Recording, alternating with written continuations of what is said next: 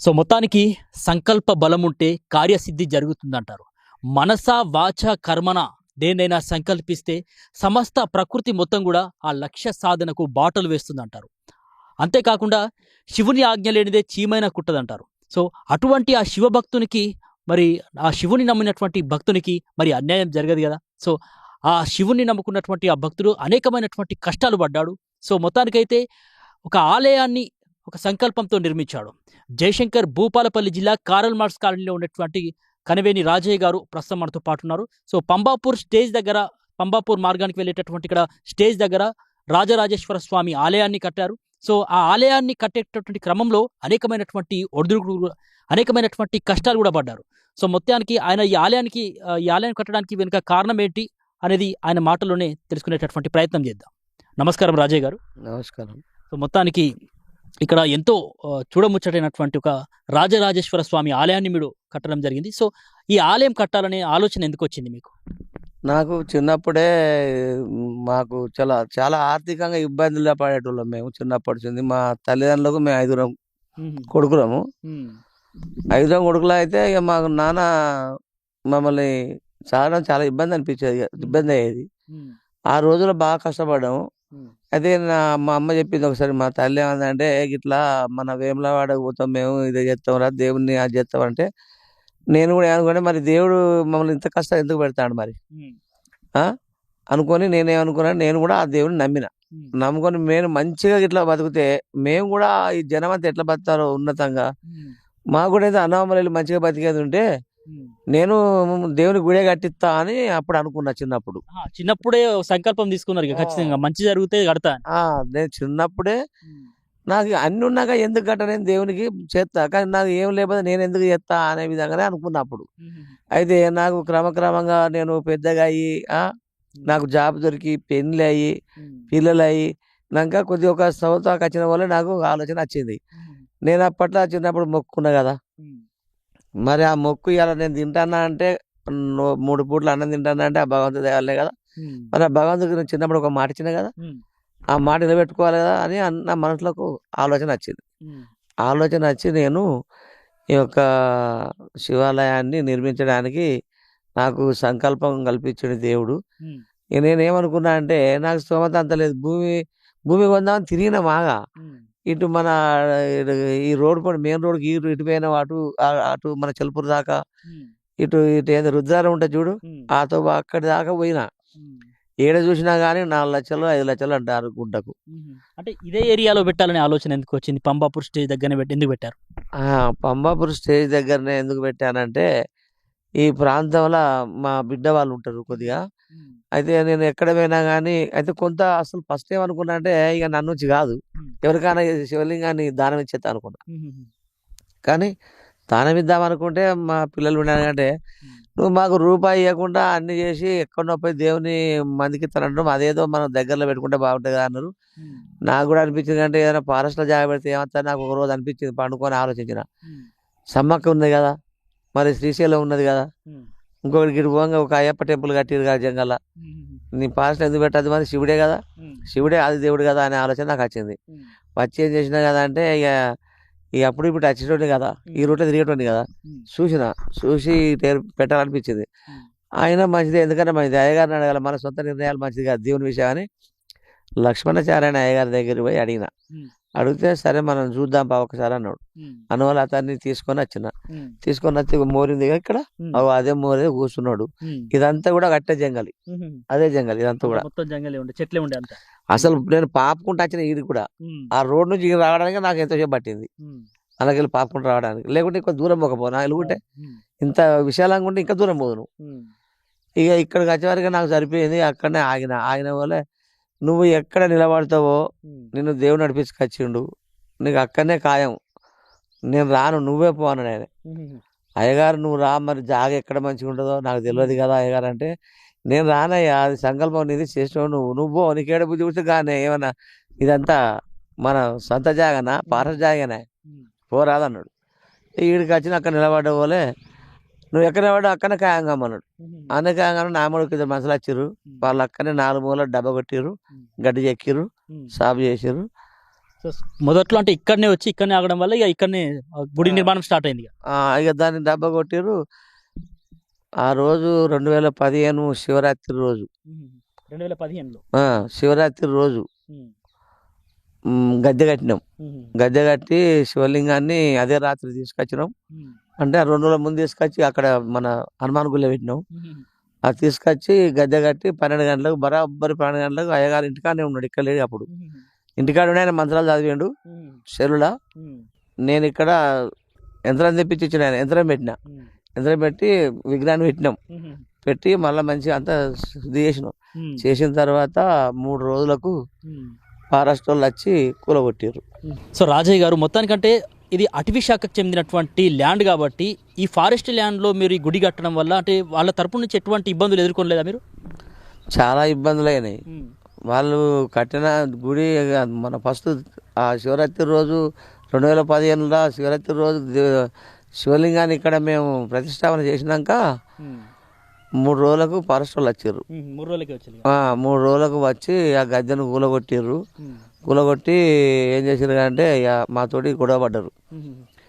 ఫారెస్ట్లో ఎందుకు పెట్టినావు, ఇది నీ ఇక ఇది సెంట్రల్ గవర్నమెంట్, ఇది రాష్ట్ర గవర్నమెంట్ కూడా ఇక్కడ లెక్కలేదు అని చెప్పి మాతోటి గొడవ పడ్డారు. గొడవ పడి కూలగొట్టిర్రు.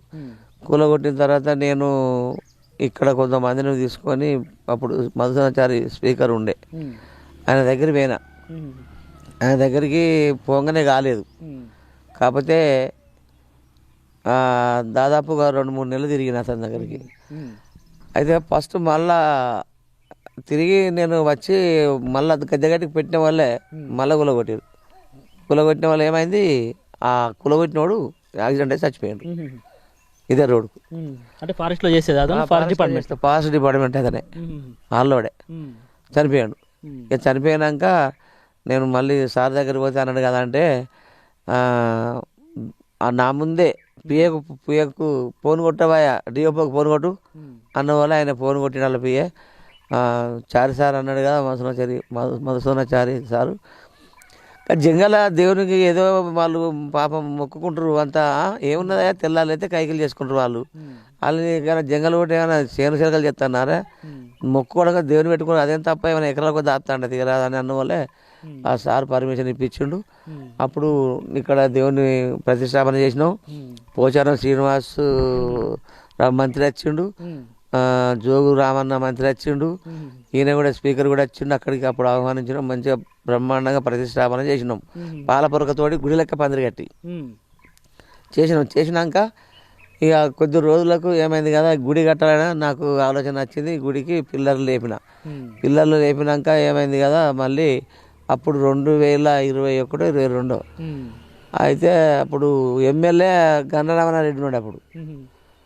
అయితే వాళ్ళు వచ్చి ఆపిరు. మళ్ళా నువ్వు ఇక్కడ స్లాబ్ వేయద్దు, ఏమేయద్దు, ఇక్కడ నేను పిల్లలు లేపని ఎవరు చెప్పారు నీకంటే, నాకు మధుసూదనాచారి సార్ నాకు పర్మిషన్ ఇప్పించిండు ఇక్కడ దేవుని కాడ అన్ని చేసుకోవచ్చు అని నేనంటే, లేదు ఇప్పుడు ఆ లెవెల్ లేరు ఇక్కడ, ఇప్పుడు అంతా మేము కొత్తలో వచ్చినాం, ఏది లేదు ఇప్పుడు ఆయన లేడు, నువ్వు బంద్ పెట్టు అని చెప్పి ఆపమన్నాడు. పని ప్రయత్నం చేసి పని ఆపి సామాన్లన్నీ లేకుంటే సామాను గుంజుకపోతామన్నారు.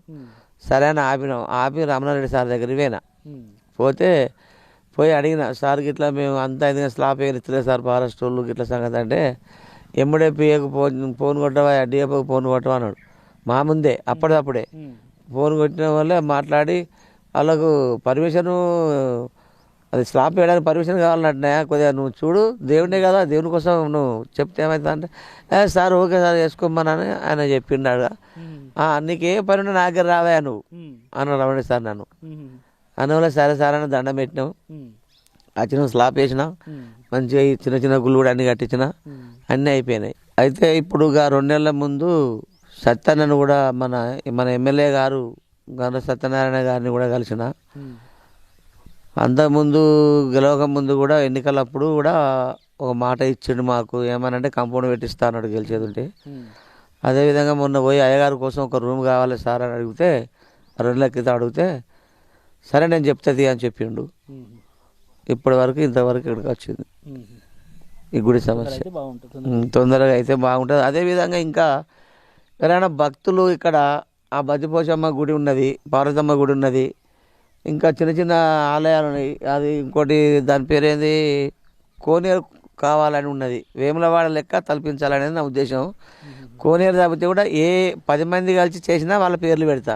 ఒక గ్రామం కలిసి ఒక పని చేసి పెడితే వాళ్ళ గ్రామస్తుల పేర్లు గ్రామం పేరు పెడతా. శిలాబలగం కొట్టించి పెడతా. ఎవరైనా దాతలు ముందుకు వచ్చి నేను ఈ పని చేపిస్తాను, నాకు డబ్బులు మాత్రం ఎవరైనా ₹1 అడగనని, నాకు డబ్బులు అవసరం లేదు. సో మొత్తానికంటే ఇంత పెద్ద మొత్తంలో ఆలయాన్ని కట్టినప్పుడు, విగ్రహాలను కూడా పెట్టినప్పుడు మీ సొంత ఖర్చులనే ఉపయోగించారా? ఎక్కడ కూడా డబ్బులు తీసుకోలేదు? ఖచ్చితంగా ఎవరిని చందా అడగలేదు, ఎవరిని నేను డబ్బులు అడగలేదు. నా సత్య ప్రమాణంగా చెప్తాను, మొత్తం నాకు కష్టార్జితం ఇది. నేను సింగరేణిలో 37 ఏళ్ళు సర్వీస్ చేసిన. నా పిల్లలకు నేను దిగిపోయి ₹1 కూడా ఇవ్వలేదు. వాళ్ళకు కట్నాలు ఇచ్చి పెళ్లిళ్ళు చేసిన అంతవరకే. చిన్న బిడ్డకు నా బాయ్ పని ఇచ్చిన అంతవరకు, కానీ డబ్బులు ఎవరికి ఇవ్వలేదు. మా పిల్లలు నాతో ఎంతో అది చెప్తారు, కానీ నేను డబ్బులు ఇవ్వలేదు. సో అంటే మీరు అడగకపోయినప్పటికీ వాళ్ళే భక్తులుగా కదిలొచ్చేటటువంటి వాళ్ళు, అంటే మీరు ఒక్కరితో ఈ సంకల్పం మొదలైంది, మీ వెంట ఇంకా చాలా మంది గ్రామస్తులు కూడా తోడయ్యారా మీ సంకల్పానికి? ఇక్కడ మేము కూడా ఈ రకంగా చేస్తామని. ఇక్కడ దేవుని పెట్టడానికి ఇక్కడ గుడిసెవాసులు కొందరు నాకు సహకరించారు. ఏమనంటే అలా కూలగొట్టారు కదా, కూలగొట్టినప్పుడు నాతోనట్టుగా మధుసూనాచార్య సార్ దగ్గరికి వచ్చారు వాళ్ళు. తీసుకుపోయిన నేను వాళ్ళను ఒక టాటా మ్యాజిక్ మాట్లాడి వాళ్ళను మంచిగా, వాళ్ళు కూడా అంతా కూలి చేసుకుంటుండే కదా పాపం, వాళ్ళకు కూడా ఇంత టిఫిన్ ఇట్లా చేయించి మ్యాజిక్ తీసుకొచ్చి ఎక్కించుకపోయి సాతుడు కలుతుడు పోగానే అవుతుందా మాత్రం మాట్లాడదు. ఆయన స్పీకరు. అయితే అట్లా ఒక 2-3 నెలలు తిరిగితే మాకు ఆ పని అయింది. అంటే చిన్నప్పుడు రాజయ్య గారు అనేకమైనటువంటి కష్టాలు పడ్డారన్నారు. అసలు ఎటువంటి కష్టాలు ఉండేటటువంటి మీ చిన్నతనంలో అప్పుడు మీకు? ఇక మేము చిన్నతనంలో కష్టాలంటే మాకు మా నాన్న, మేము 5 అన్నదమ్ములం.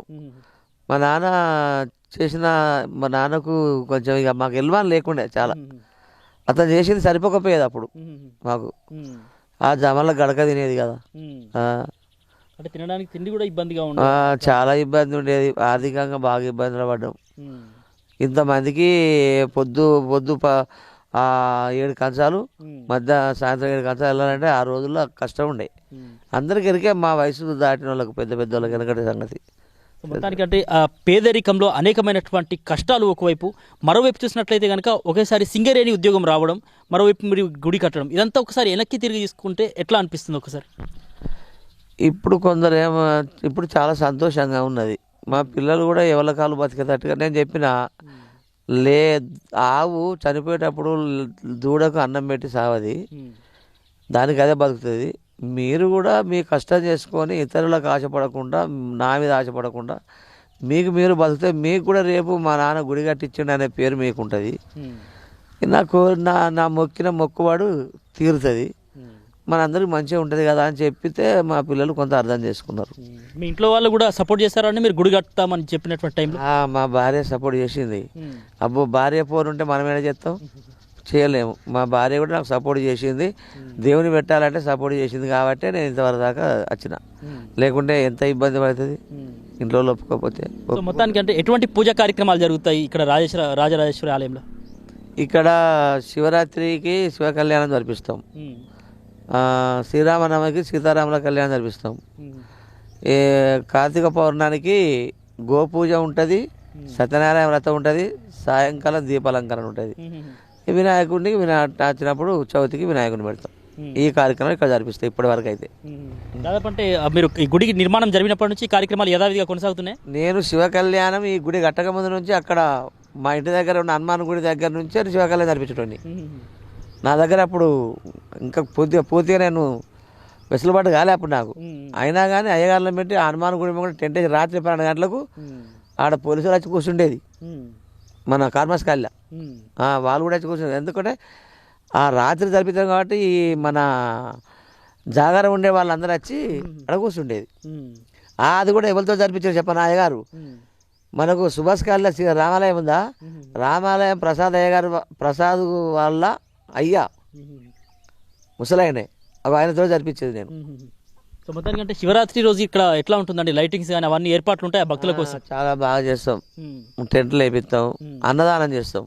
దగ్గర 1.5 క్వింటాల్ 2 క్వింటాల్ అన్నం అన్నదానం చేస్తాం వచ్చిన వాళ్ళకు. జాగార పూలు తినరు వాళ్ళు, ఉపవాసం కాబట్టి వాళ్ళు తింటారు. ఇక కోలాటం బ్యాచ్లు అదొకటి ఇదొకటి కార్యక్రమానికి వస్తారు కదా, వాళ్ళందరికీ అన్నం పెడతాం.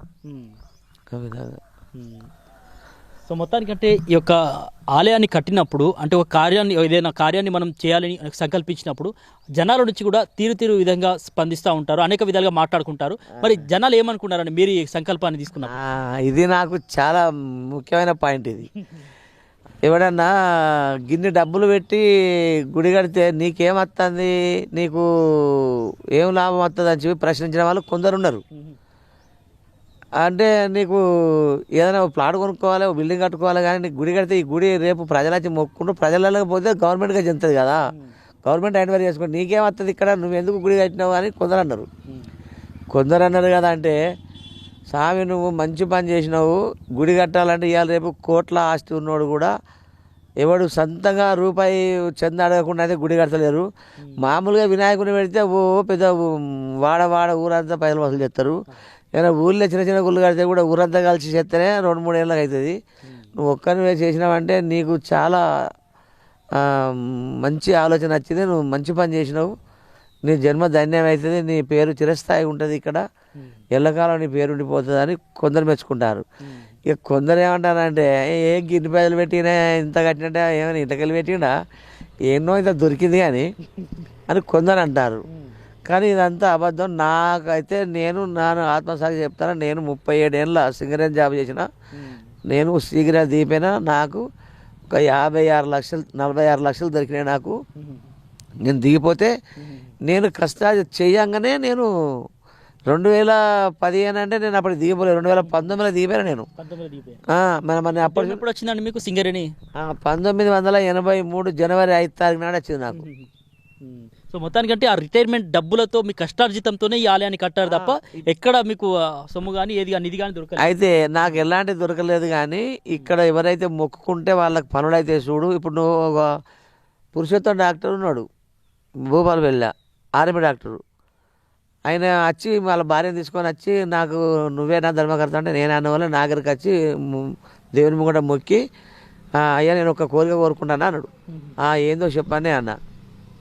ఆయన అన్నాడు కదా, మా అమ్మాయికి MBBS సీటు వచ్చేది ఉంటే నేను దేవునికి బోర్ వేయిస్తానా రాజన్న అన్నాడు. చాలా సంతోషం, మీ ఇష్టం, నేనైతే మిమ్మల్ని అడగా, నువ్వు వేయించినా వేపి లేకపోతే లేదు, నీకు పని అయితే వేపిస్తే వేపి, నువ్వు వేపి నేను అడగనని చెప్పిన. ఆయన వాళ్ళ బిడ్డ ఒక సీట్ వచ్చింది, MBBS సీట్ వచ్చింది, ఆయన బోర్ వేయించింది, మంచిలో బోరు. నేను ఉన్నది చెప్తా, అబద్ధం చెప్పా. సో మొత్తానికంటే మీకు మీరు అనుకున్నారా ఈ ఆలయాన్ని స్టార్ట్ చేసినప్పుడు ఇంత మొత్తంలో కట్టడం అవుతుంది, తర్వాత జనాల నుంచి కూడా స్పందన వస్తుంది, పూజా కార్యక్రమాలు జరుగుతాయి, ఇవన్నీ మీరు అనుకున్నారా? ఇప్పుడు ఇదంతా నిజంగా జరుగుతుంది? నేను అసలు అనుకోలేదు. నా ఉద్దేశం ఏంటంటే దేవుని పెట్టాలి, ఎక్కడైనా ఏనో ఒకడ పెడితే నా మొక్కు వెళ్ళిపోద్ది అనుకున్నా, కానీ నేను గిరి లక్షలు ఖర్చు పెట్టి నేను కడతాను మాత్రం నేను నిజం చెప్తాను, నా ఆత్మసాక్షి నేను అనుకోలే.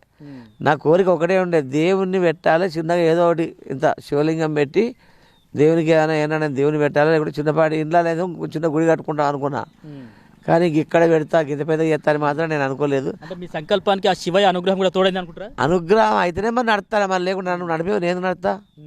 అసలు ఇప్పటికి మా పిల్ల అంటారు అంటే నాన్న ఇక చాలదా, ఇక నన్ను ఆపరాదు, ఇక ఆపి మాకు ఇక పైసలు అంటారు. కానీ నేను నిజం చెప్తాను, ఇక్కడ చెట్టుది, కానీ మా భార్య ఒక 500 దేనికని ఇవ్వమంటే కూడా నాకు ఏ బుద్ధి కాదు. అదే ఈ పని కోసం అంటే చెబుతాను చూడు, బొచ్చ రూపాయలు పెడతా, అది నాకు బుద్ధి ఎందుకో, కానీ ఇది ఆ దైవశక్తి, ఇది నాది కాదు, ఆ భగవంతుని కృపనే ఇది. సో ఒక సంకల్పాన్ని తీసుకొని, అంటే చిన్నప్పుడు మనసులో అనుకున్నటువంటి ఒక సంకల్పంతో మీకు సింగరేణి ఉద్యోగం లభించిన తర్వాత, ఆ తర్వాత రిటైర్మెంట్ అయినటువంటి డబ్బులతోని ఇంత పెద్ద మొత్తంలో యొక్క ఆలయాన్ని కట్టారు. సో మొత్తానికి రాజయ్య గారికి ఆ సంకల్పం అంటే ఇంతటితో తీరిపోయిందని చెప్పుకోవచ్చా? ఇంకా ఏమైనా ఆలోచనలు ఉన్నాయా? ఇంకా ఆలోచన నాకు ఇంకా డెవలప్ చేయాలని ఉన్నది, కానీ నా నుంచి అంటే ఇప్పుడు ఇవాళ దాకా కూడా నేను ఇంత చేత అనుకోలేదు. ఆ భగవంతుడి సంకల్పంతో నన్ను ఇక్కడ దాకా తీసుకొచ్చిండు. ఆ భగవంతుడి సంకల్పం ఉండి నాకు ఆ స్తోమత కల్పిస్తే ఇంకా ఇక్కడ అభివృద్ధి చేయాలని ఉన్నది. ఏ రకంగా అభివృద్ధి చేయాలనుకుంటున్నా? ఈ పార్వతమ్మకు గుడి కట్టియాలి, అక్కడ బద్దిపోసమ్మ గుడి కట్టియాలి, ఇక్కడ మనకు కోనేరు తవ్వాలి, కోనేరు తవ్వి దానికి సిమెంట్ తోటి అది పోయాలి, ఆ పని ఉన్నది. ఇదంతా గచ్చ చేపియాలి, చుట్టూ కాంపౌండ్ పెట్టాలి. అయితే అది నాతోటి ఆ భగవంతుడు సంకల్పం కల్పించి నాకు ఆ స్తోమత కల్పిస్తేనే చేస్తా. ఒకవేళ ఇతరులు ఎవరైనా గ్రామస్తులు కానీ ఎవరైనా రాజకీయ నాయకులు కానీ ఎవరన్నా వచ్చి అటువంటి పనులు ఏమైనా చేసి పెడితే వాళ్ళ పేరు శిలాపలకం మీద కొట్టించి, ఇగో ఈ పార్వతమ్మ గుడి పలానా వాళ్ళు కట్టించారని చెప్పి వాళ్ళ పేరు శిలాపలకం కొట్టించి అక్కడ పెడతా. వాళ్ళ పేరు చిరస్థాయి ఉండేటట్టు. ఎవరు ఏ పని చేయించినా కానీ వాళ్ళ పేర్లు నేను తప్పకుండా తప్పకుండా వాళ్ళ పేరు శిలాపలకం కొట్టించి పెడతా. అది నటు కోరిక. సో తన చిన్నతనం నుంచే అనేకమైనటువంటి కష్టాలు తాను కుటుంబం పడింది. అదేవిధంగా తాను కూడా ఆ కష్టం ఏంటో ఎరిగైన తెలిసినటువంటి వాడిని రాజయ్య గారు చెప్తా ఉన్నారు. సో మొత్తానికి చిన్నప్పుడు మనసులో అనుకున్నటువంటి ఆ సంకల్పం ఏదైతే శివయ్యకు గుడి కట్టాలని అనుకున్నారో, సో తర్వాత సింగరేణి ఉద్యోగం లభించింది. ఆ తర్వాత జీవితం కూడా సాఫీగా సాగడం మొదలైంది. ఇక రిటైర్మెంట్ అయినటువంటి డబ్బులతో తన సొంత ఖర్చులతో మరి ఈ యొక్క ఆలయాన్ని అయితే లక్షలు పెట్టి నిర్మించినటువంటి పరిస్థితి. సో ఫారెస్ట్ ల్యాండ్ కాబట్టి ఈ గుడి కట్టేటటువంటి క్రమంలో ఫారెస్ట్ అధికారుల నుంచి కూడా అనేకమైనటువంటి సమస్యల్ని ఇబ్బందుల్ని ఎదుర్కొన్నట్లు కూడా రాజయ్య గారు చెప్తా ఉన్నారు. సో మొత్తానికి ఇక్కడ స్థానికంగా ఉన్నటువంటి నాయకుల ప్రోద్బలంతోనైతే మొత్తానికైతే ఇప్పుడైతే ఎటువంటి సమస్య లేకుండా ఈ యొక్క గుడికి సంబంధించి ఇప్పుడైతే అనేకమైనటువంటి పూజా కార్యక్రమాలు, నిత్య పూజా కార్యక్రమాలు జరుగుతూ ఉన్నాయి. అదేవిధంగా శివరాత్రి కావచ్చు, శివ కళ్యాణం కావచ్చు, అదేవిధంగా శ్రీరామనవమి కావచ్చు, ఇట్లా అనేకమైనటువంటి పూజా కార్యక్రమాలు కన్నుల పండుగగా ఇక్కడ శ్రీ రాజరాజేశ్వర ఆలయంలో జరుగుతున్నట్టు చెప్తున్నారు. సో మొత్తానికి ఇదంతా కూడా ఆ శివయ్య తన సంకల్పానికి మరి తోడవడం వల్లే ఈ యొక్క ఆలయాన్ని కట్టినట్లు రాజయ్య గారు చెప్తా ఉన్నారు. సో రానున్న రోజుల్లో తనకు ఇక్కడ ఆలయానికి సంబంధించి అనేక విధాలుగా ఇంకా అభివృద్ధి చేయాల్సినటువంటి అవసరం ఉందని, ఆ శివయ్య అనుగ్రహిస్తే తప్పకుండా అది కూడా నెరవేరుతుందని ఆశాభావం వ్యక్తం చేస్తున్నారు. వీడియో జర్నలిస్ట్ సత్యనారాయణతో పంబాపూర్ దగ్గర నుంచి సమీర్, ఆర్బీ న్యూస్.